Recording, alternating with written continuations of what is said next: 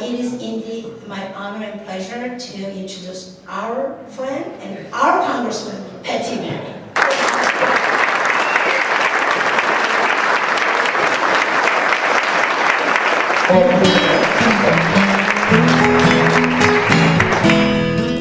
Good evening.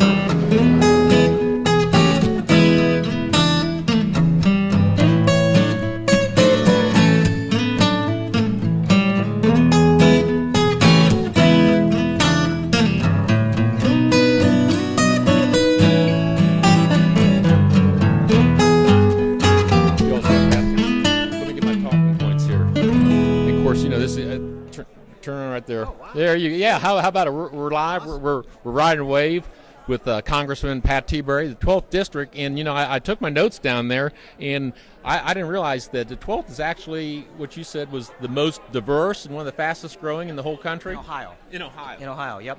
Okay. It's got urban, it's got suburban, it's got small towns, it's got rural, it's got everything in Ohio. Yeah. Very diverse. Well, let me ask you a question. Do you ever get to stop running for office? I mean, that's a full-time job, isn't it? Did my wife put you up to that? No, she did. Is that what she says? No, it just seems like the seasons just never end. But yeah. It's gotten more. It's just gotten more of that election cycles being longer and running into each other. And you notice that if you just turn on the TV. If you think about this, I had an election that was over in November of 2008, and ads against me started in August of 2009. Yeah.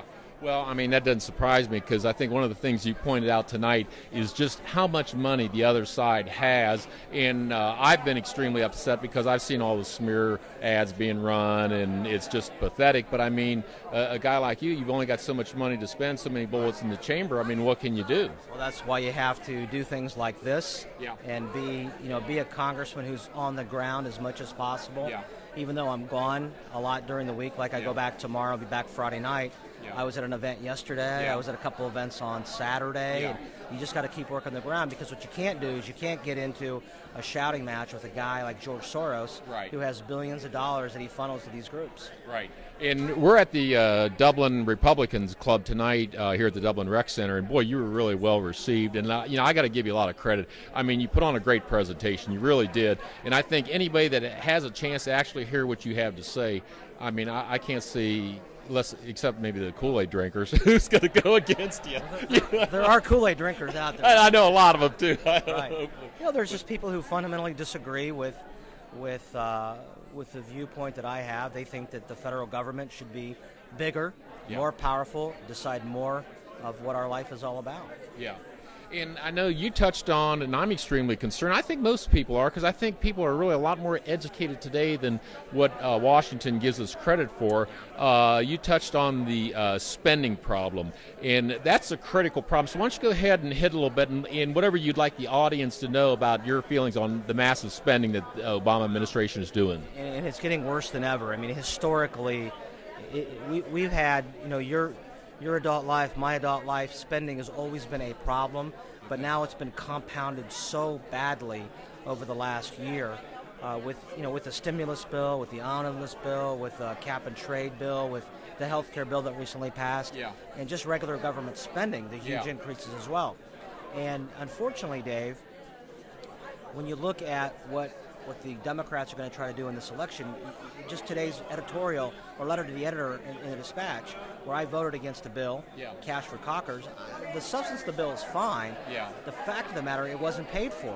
So you're going to add $6 billion to the deficit. Right. That's a problem today. That is. More than ever. When you have a debt that's increased $3 trillion in 2 years, the biggest ever in our history, we can't continue to afford to do this. So unfortunately, the other side is going to try to make hay out of that. But to your point, and I think you're really right about this, I have never seen people more up on the issues, more engaged. I think it's talk radio, it's cable news, but it's also the internet. You can get so much information on the internet so quickly, a lot easier than the past when we were growing up, and I think that has got more people engaged. Well, that's right. I've talked about it. It's the dawn of a new era, and I mean that's exactly what I'm doing. I mean, I'm the poor man's media and stuff like that, but a lot of people are listening to what I have to say, and of course I have the advantage of being able to get my mouth opened up on 610 WTVN and talk radio, but usually the people appreciate what I've got to say. Now, Pat, let me ask you this, because this is the issue that I'm really extremely concerned about, and I think a lot of people are, is this cap and trade issue, and I would rather call it cap and tax. I mean, that's what it is.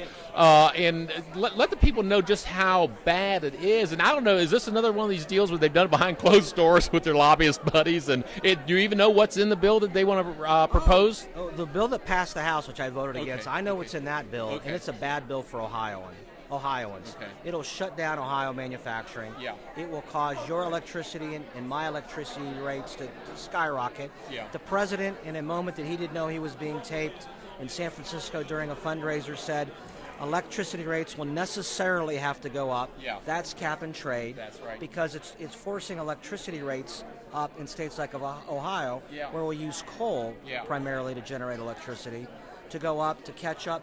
So the affordability of wind and others are equal to it. So it is a real problem for economies like Ohio, and we think we have it stopped legislatively. Okay. So when you talk about behind closed doors, Yeah. that's what the administration is trying to do now through the EPA. Yeah. And I'm part of a letter with Democrats, actually, some Democrats, a lot more Republicans, telling President Obama this should not be done administratively at the EPA.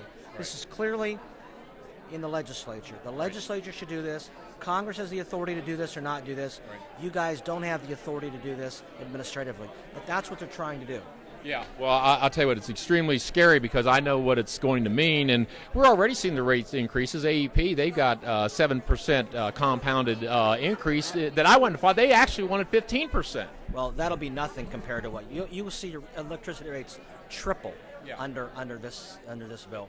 Well, one of the, I guess, I know. Interesting enough, supporters of the bill say, well, these electricity companies are for it. Well, because they're not going to pay for it. No. You're going to pay for it. I'm going to pay for That's it. right. They're just a pass-through. Yeah, I'm glad you threw that in. So I'll tell you what, it's going to be a tough season. You hear a lot of people from the Tea Party and the 912ers, Glenn Beck or whatever, say that the next election cycle is extremely critical. And the next 2 years, I mean, to me, it's all about, how the country's going to turn. Are we going to become a socialist country, or are we going to still be the U.S. of A. with a little bit of freedoms left? Well, we have to have, and I think the point is right, Dave, we have to have either the House or the Senate be a check on this administration, and be a check on the spending, and be a check on all the things they're doing administratively in the current White House. You got to have a check, and that check's either going to be the House or the Senate, and then hopefully in 2 years from now we can have a new election with a new presidential nominee. Yeah, well, you're right about that. Hey, well, listen, Pat, I'm going to let you get going. Thank you very much for taking your time to talk with me, and also to be out here in this great setting tonight. And good luck, man. Good luck. You got a foot soldier. See you on the trail. I'll see you. Thank you.